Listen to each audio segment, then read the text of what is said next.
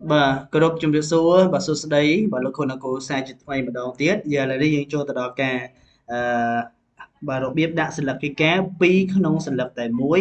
ដែលយើងបានទាញមកទិន្នន័យមករក្សាទុកណាបងប្អូនទាំងគ្នាហ្នឹងហើយបាទមានន័យថាសិលឹកកិច្ចការយើងមានស្រាប់នៅក្នុងគេហទំព័រណាមួយដែលយើងបាន download ឬក៏ទាញយកអញ្ចឹងទៅ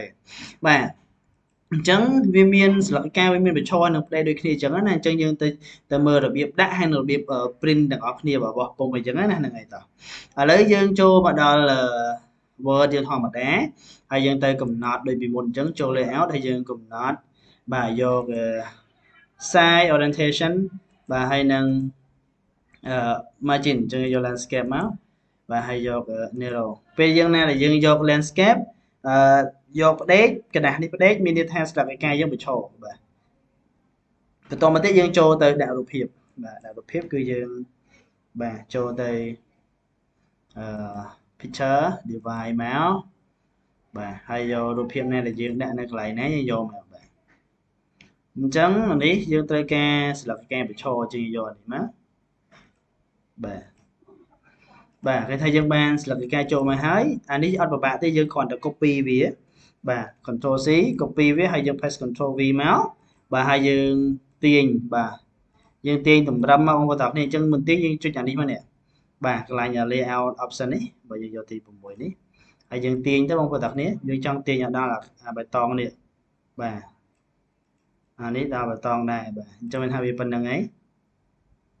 បាទអញ្ចឹងបន្ទាប់មកគឺយើងធម្មតាពេលយើងកាត់ចំកណ្ដាលនេះត្រូវហើយយើងកាត់ចំកណ្ដាលដើម្បីឲ្យក្មេងជា2នាក់អីចឹងណាអញ្ចឹងយើងចង់បានបន្ទាត់សម្រាប់កាត់ត្រូវហើយអញ្ចឹងយើងទៅដាក់បន្ទាត់ទៅ insert ហើយយក picture shape ហើយយកនេះកន្លែងនេះបាទ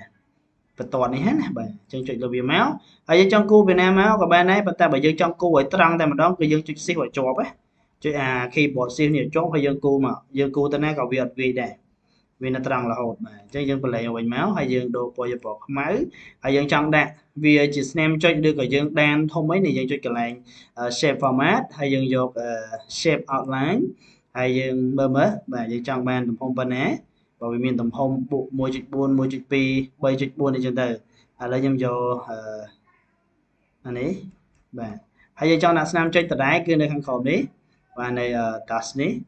បាទយកស្នាមចុចយកស្នាមផ្កាយអញ្ចឹងមកបាទអញ្ចឹងយើងបានស្លឹកឯកែមួយបាទបញ្ឈរអញ្ចឹងទៅហើយពេលយើងបោះពុំអត់មានអីពិបាកទេបងប្អូនទាំងគ្នាយើងចូល file ហើយចូល print មកហើយយើង print ធម្មតាបើ print មកស្លឹកធម្មតាដាក់នេះមកយើងចង់បានប្រហែលស្លឹកចំនួនស្លឹកអីចឹងទៅបាទអត់មានអីពិបាកទេអត់មានទៅដាក់2អីណាអីទេបាទអញ្ចឹងតែប៉ុណ្្នឹងទេហើយបន្តមកយើងចូលទៅដល់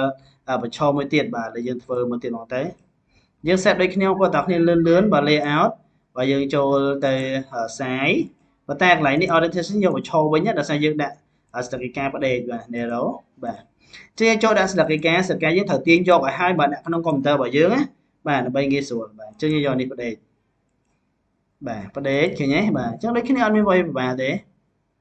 wait ចាបងប្អូនគ្នាអត់មានពិបាកទេយើង copy វាមកហើយយើងចេញអត់សំទោសយើងអត់ទាន់បានដាក់នេះនេះទីមែនអញ្ចឹងយើង copy មកបាទ copy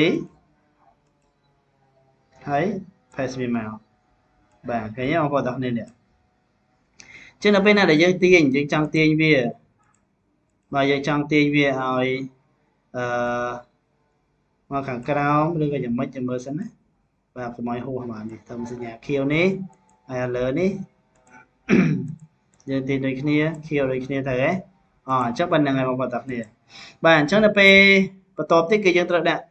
បន្ទាត់បាទអញ្ចឹងបន្ទាត់ដែលយើងដាក់មិញអញ្ចឹងបងប្អូនទាំងគ្នាយើងចូល insert មក save ហើយយកនេះកន្លែងទី2នេះបន្ទាត់មកហើយយើងគូមកហើយយើងចុច shift ឲ្យជាប់ដើម្បីឲ្យវាត្រង់ណាបាទអញ្ចឹងយើងគូមកបន្លែងឲ្យវិញមកហើយយើងដាក់ពណ៌ខ្មៅមកដូរកន្លែង shape format យើងដាក់ទំហំវាហើយនឹងយើងដាក់ជាមួយនឹងប្រភេទបាទជាប្រភេទយើងដាក់នេះម្ដងមកនេះបាទអញ្ចឹងយើងបានស្ដាប់ពីការបដិប៉ុន្តែនៅក្នុងกระดาษ A4 បញ្ឈរហើយយើងពេលយើងបោះពុំយើងចូល file យើង print ធម្មតាបាទនេះវាចេញមកបែបនេះហើយបងប្អូនទាំងគ្នាពេលយើង print មកយើងបានមក select 2 បាទមួយស្លឹកនេះមាន2ស្រាប់តែម្ដងអាហ្នឹងគឺរបៀបដាក់ស្លឹកដីកា2នៅក្នុងกระดาษតែមួយពីទិន្នន័យឬក៏ឯកសារដែលយើងបាន download ទុកណាហ្នឹងហើយ